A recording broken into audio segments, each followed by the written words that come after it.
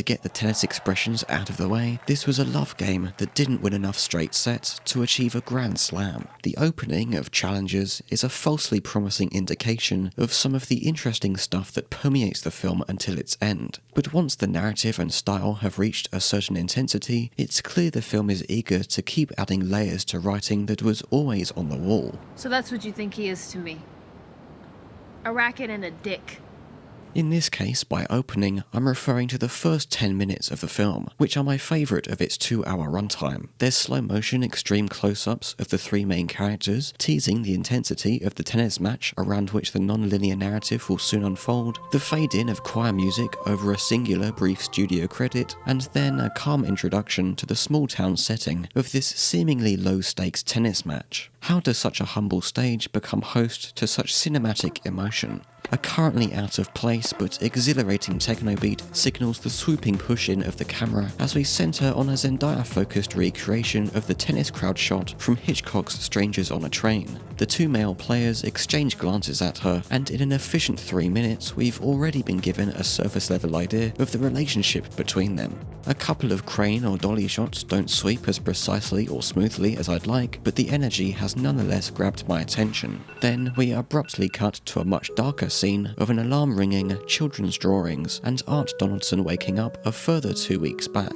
Nowhere near as far back as the film would soon yet again go, but familiarising us with the reaches of its non-linear structure. Tashi has a scar on her knee, Art has scars on his shoulder, and they're married. With her as the coach and him as the athlete, they're dedicated and famous enough to the sport to rely on their mother to take care of their kid. As jarring as the tempo change might be, I can't help but admire the film's continued efficiency as I sit in anticipation of the return to some kind of tennis action. Although this day 2 weeks in the past doesn't involve the match we opened with, and outside of a replay on a TV screen, we don't see any of the match Art is spending this morning preparing for. Both my favourite moment of the film, of Art and Tashi walking in slow-mo out of the locker room to another techno beat, and the subsequent abrupt cut to more calmness, still had me cautiously intrigued in how many layers of drama this film seemed willing to stockpile. Abrupt cuts to different times are kind of this film's thing, and it takes another 10 minutes during which we are properly introduced to an impoverished Patrick Zweig to meet back up with his and Art's match, and for it to be interrupted by another flashback to a match a whole 13 years earlier, whereupon these two male protagonists win a duos match and celebrate with the first of the film's many homoeroticisms. Their past friendliness compared to their present rivalry, and the past's uniformal cinematography compared to the sparks of maximalism in the present's cinematography, as well as the past's lack of the present's character Zendaya was advertised appearing in a threesome as, led me to make the assumption the film would now stay in one time frame for a bit longer to set up the bulk of the film's narrative concerning the two boys' friendship deteriorating to the point of a bitter tennis rivalry as a result of their youthful romantic rivalry over the same girl, increasing in stylistic intensity until we catch back up to the present-day tennis match they have reunited at. What it turns out I've failed to accurately predict is the volume and absurdity of the homoerotic imagery, bordering on parody, and that the structure would keep cutting back and forth between the days around this bitter tennis match and their youthful throuple some 12 to 13 years in the past. We do remain in the past between 21 and 45 minutes of runtime, a period I liked, but less so than the previous 21 minutes, during which Tashi's philosophy on the similarities between tennis and relationships is plainly stated to define the metaphor around which the drama of their love triangle revolves. So you don't know what tennis is?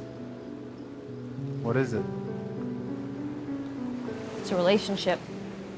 But everything narrative and stylistic that occurs after that 45-minute mark, most especially including every single return to the past, is where the film lost my interest and actually sort of got on my nerves. Despite the opening of the film featuring the highest frequency of structural tennis stroking, the style hadn't yet grown stale, and I was enjoying the prospects it was setting up more than the deliverance of how the film would go on to deliberately, for the sake of the heightened reality of its homoerotic themes, keep the audience in a state of dramatic blue ball balls via the narrative drip feeding the flashbacks contextualize the present day with. Withholding specific information until it's the most crucial time to increase the stakes can work really well in filmmaking, with Christopher Nolan most famously making a career out of it, but Challengers has the unavoidable added pretentiousness of that cutting back and forth imitating a tennis game, and the uneven tempos between which we are cutting doesn't stimulate an intuitive understanding of how the character's past emotions inform the present event. Instead, the flashbacks are left to draw attention to details like the ticking off the plot beats of a checklist, the most egregious occurrence of which is Art's serving tendency, used by Patrick in the past and present to signify he slept with Tashi. Fuck off! Along with the increasing stylistic intensity, not helped by the cinematography and editing being weirdly incongruent, as though they felt it necessary to use every shot they filmed, even if the momentum doesn't naturally carry between cuts, the film develops an aesthetic and structural exposition that had me waiting for it to get to scenes telegraphed well in advance and far too blatantly. The competitive, physical thrill of sports are used as metaphors for or to represent parts of life in pretty much every story about sports, and on top of bombarding us with these tennis-stimulating aesthetics, Challengers couldn't be more verbally conclusive about how it's using tennis as a metaphor for a love triangle. More specifically, a love triangle including two bisexual men.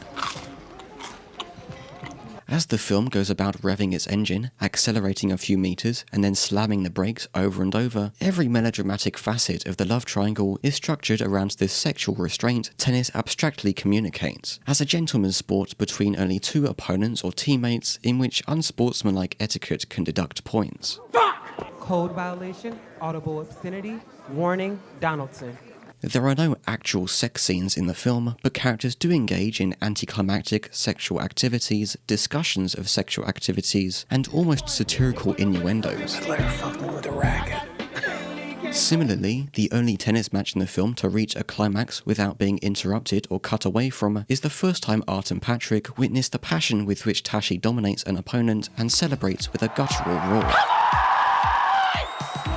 A savage celebration repeated only once in the very last moment of the film, when the match between Art and Patrick concludes with a homoerotic reconciliation that abandons their care for the competition and either finally discards the wedge their romantic rivalry over Tashi had placed between them, or discards any care they had for the status quo of tennis in order to accept the gay romance the film had spent the past 2 hours bashing us over the head with.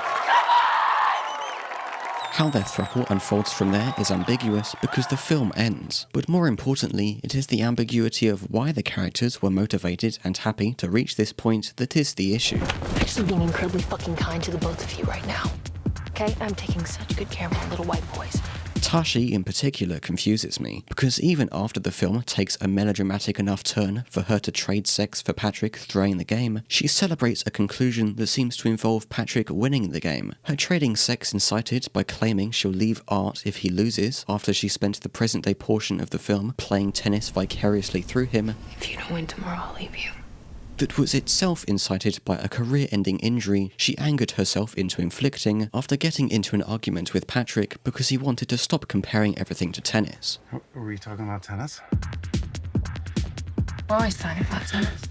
In short, she's a half-self-aware, home-wrecking, manipulative, tennis-obsessed girl boss who enjoys pushing her two lovers back together in the same way she had previously attempted to do during their teenage threesome because she views relationships like tennis and all she wants is to see some good tennis. What do you think?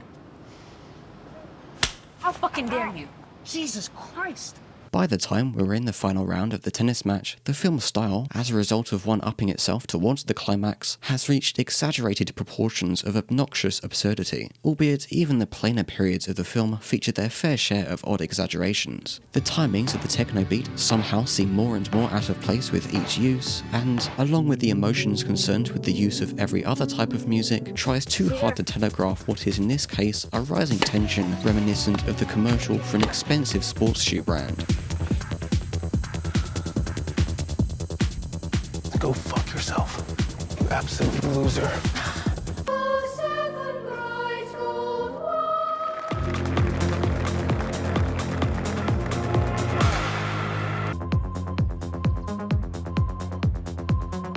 That super slow motion that grabbed my attention at the start, the film now has no choice but to follow through with, despite the various other uses of slow motion between then and now having exhausted its specialness. The ending repetitively dragging its slow motion out enough for me to think, really, they're going again? During Patrick's contemplation of whether he actually wants to throw the match, until he decides he doesn't want to, signals Tashi's infidelity, and hits the ball to Art's side of the court. After a brief outburst and slow motion contemplation of his own, he decides to reciprocate, and, in the first act of its stylistic crescendo, the camera takes on the role of the tennis ball's perspective. Then it returns to more weird, escalatingly edited close-ups that barely contain the tennis action in the frame, intercutting with yet more slow motion.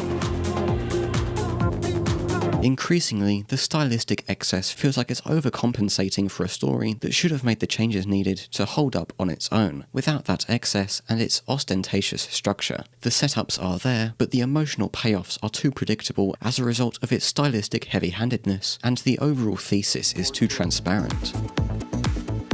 Now I miss playing with you.